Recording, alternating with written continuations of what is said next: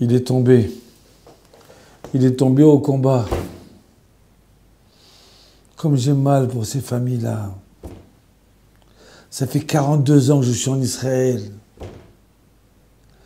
À la guerre du Liban. Comment dire? On peut rien dire. Mais il faut être avec eux. Il faut leur montrer qu'on a de la peine et qu'on pleure. Et vraiment on pleure. Et vraiment on a mal. Que Dieu nous en préserve. Vous voyez ces familles au moment où ils s'écroulent. Quand ils entendent ça. C'est insupportable. Il n'avait pas 100 ans, leur fils, quand il est mort. Il avait 18 ans, ils avaient 20 ans. Aïe, aïe, aïe, aïe, aïe. Oui. Mais c'est important de leur montrer qu'on est avec eux. Même si c'est des Druzes. Ils sont morts pour nous. Vous comprenez? Mais c'est à ce moment-là qu'on sent comme le peuple, il est extraordinaire. À ce moment-là où on sent que leur douleur, c'est notre douleur. Leur larme, c'est notre larme. Écoutez. Écoutez ce que... Après, je vous raconte une histoire de Roy Klein. Des géants, des héros qui sont morts. Mais avant ça, la Gemara raconte que les hommes qui sont morts pour le peuple d'Israël, qui se sont sacrifiés, ils sont dans un endroit dans le ciel où personne ne peut tenir à côté d'eux. Et la Gemara dit, mais qui c'est ces gens-là? Peut-être tu parles de Rabbi Akiva qui est mort en martyr. La Gemara dit, mais bien sûr, Rabbi Akiva, c'est d'office ça. Mais plus que ça. Alors qui? La Gemara ramène Papous et Lolianus, deux juifs assimilés, qui rentrent à Lod. À Lod, ils entendent que le roi décide de tuer tous les juifs. Pourquoi? Sa fille, la princesse, elle a été retrouvée morte. Mais quel rapport avec les juifs? Malheureusement, c'est comme ça. Ouais. Voilà, on accuse les juifs encore une fois. On parle d'une période 150 ans de notre ère vulgaire, là.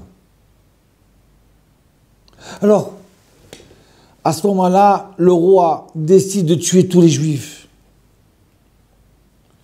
Et là se présentent Papous et Lolianus qui rentrent dans la ville et qui entendent ça. Et ils disent au roi, c'est nous qui l'avons tué. Ah, c'est vous qui l'avez tué? Tuez-le! Tuez-les! Et voilà, ils se sont sacrifiés pour sauver les Bnei Israël. Et la Gemara, elle vient et dit, ces gens-là, ils s'appellent pas Yosef, ils s'appellent pas Yaakov. Ils sont tellement assimilés, après quelques années de la destruction du temple, ils ont déjà changé de nom. Ils ressemblent peut-être à rien en tant que juifs. Mais ils sont morts en martyrs pour sauver les juifs, pour sauver les Bnei Israël. Ils avaient prévu peut-être une vie de vacances, de bonheur, qui les attendait. Ils ont dit, ça y est, stop. On va pas tuer tous les juifs pour ça. Moi, je suis prêt à mourir. La Gemara dit, c'est cela de qui on parle. Que n'importe quel tzaddik, il n'arrive pas juste, bon, qui a toute sa vie s'est sacrifié pour le... Ils n'arrivent pas à rester debout, à côté d'eux dans le ciel. Dans cet endroit là-bas, dans le ciel, tellement pur, tellement kadosh, ils n'arrivent pas là-bas, ces gens-là. Il n'y a que Papous. Il n'y a que l'Odianus. Ouais.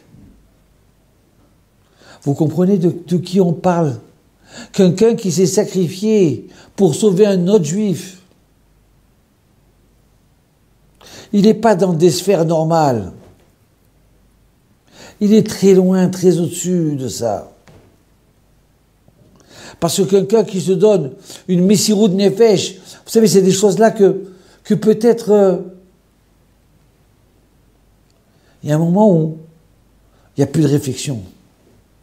Ils arrêtent. Peut-être que c'est des gens qui aimaient bien manger, qui étaient profité, mais là, il n'y a plus de raison.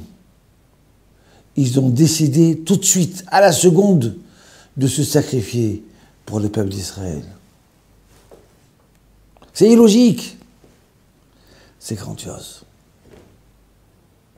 Alors écoutez l'histoire de ce commandant-là,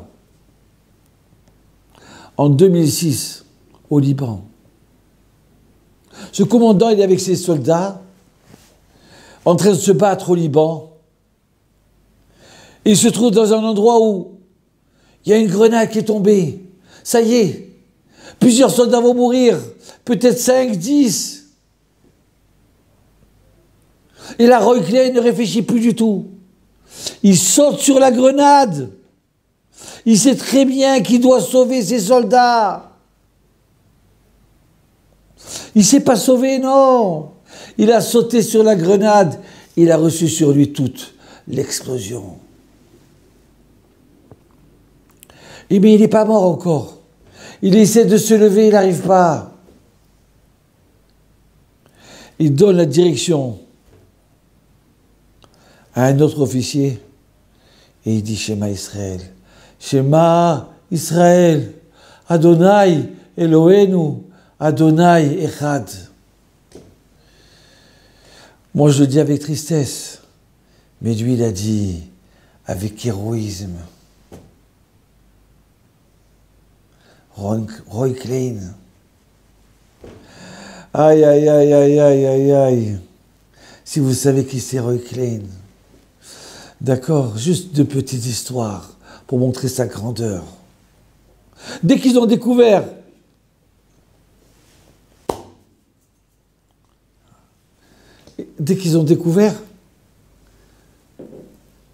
qu'il était mort, ils ont découvert sa Gemara, qu'il étudiait à 5 heures du matin.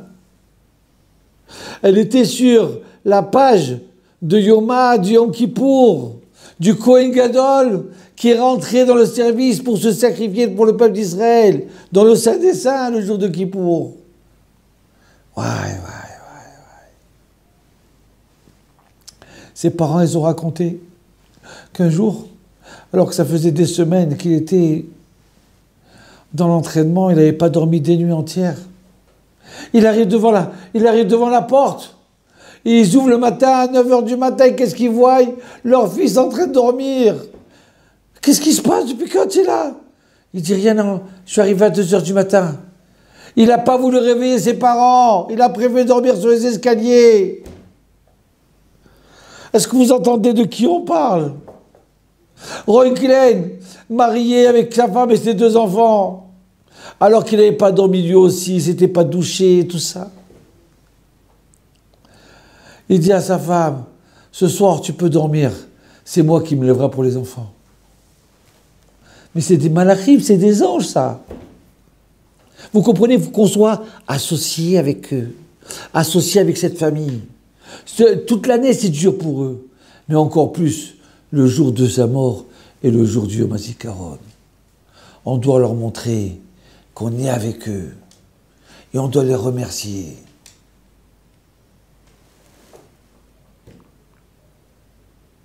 Que leur mémoire soit bénie. Oui. Qui prie pour nous. Parce que là-haut, ils sont dans le ciel, dans un endroit très haut. À ce qu'ils demandent à Hachem, ça y est, on veut la vérité. On veut que les bénis Israël, ils grandissent sur cette terre d'Israël, dans le bonheur, dans le shalom, avec plus de morts. Merci.